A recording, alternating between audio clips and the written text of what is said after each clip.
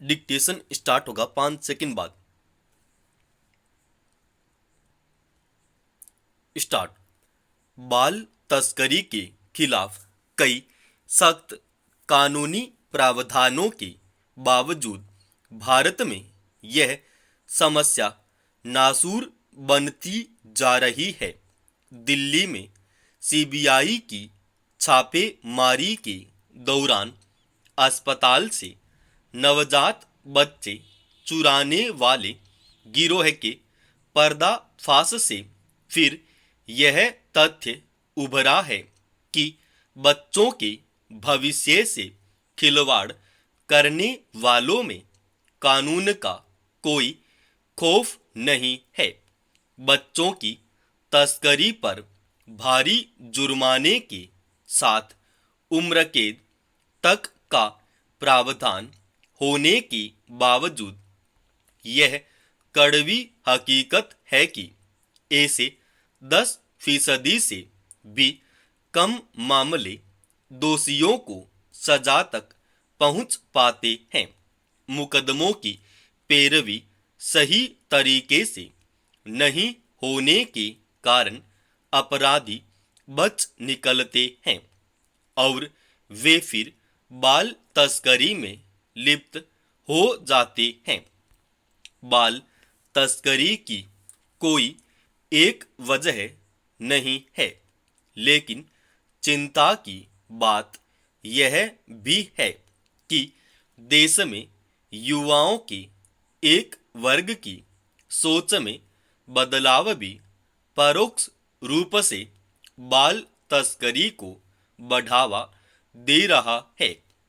एक सर्वे में खुलासा हुआ था कि भारत के 9% युवा शादी तो करना चाहते हैं, लेकिन बच्चे नहीं पैदा करना चाहते।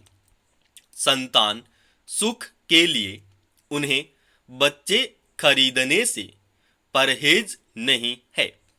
हैरत की बात यह है कि देश के 2.5 करोड़ से ज्यादा अनाथ बच्चों में से किसी को गोद लेने का विकल्प होने के बावजूद ऐसे युवा कई बार बाल तस्करी करने वालों से संपर्क तक साध लेते हैं।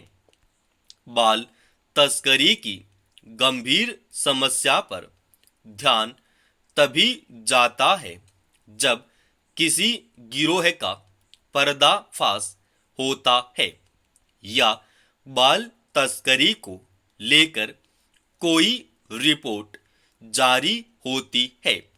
पिछले साल एक एनजीओ की रिपोर्ट में बताया गया था कि 2016 से 2022 के बीच बाल तस्करी के सबसे ज्यादा मामले उत्तर प्रदेश में दर्ज किए गए, जबकि आंध्र प्रदेश और बिहार क्रमशः दूसरे तीसरे नंबर पर थे। इस अवधि में मध्य प्रदेश, गुजरात, पश्चिम बंगाल, ओडिशा और तेलंगाना में भी कई मामले दर्ज हुए।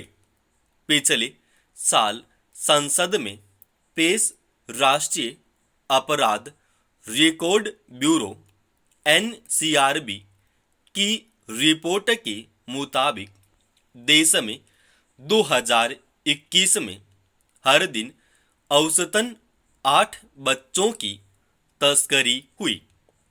देश के ही भीतर यह तस्करी होती है, लेकिन संगठित गिरोह कुछ बच्चों की खाड़ी और दक्षिण पूर्व एशियाई देशों में भी तस्करी करते हैं। एनसीआरबी के मुताबिक 2019 से 2021 के बीच देश में 18 साल से कम उम्र की 2.51 लाख लड़कियां लापता हुई। इनमें से ज्यादातर मध्य प्रदेश, पश्चिम बंगाल, महाराष्ट्र, छत्तीसगढ़ और ओडिशा की थी। बाल तस्करी की समस्या से भारत ही नहीं, कई दूसरे देश भी जूझ रहे हैं। सरकार और समाज को इससे मिलकर निपटना होगा। इस समस्या की जड़ में गरीबी भी है। इसे ध्यान में रखते हुए ऐसी व्यावहारिक और ठोस नीति बनाई जानी चाहिए कि बाल तस्करी के समूल उन्मूलन की जमीन तैयार हो सके।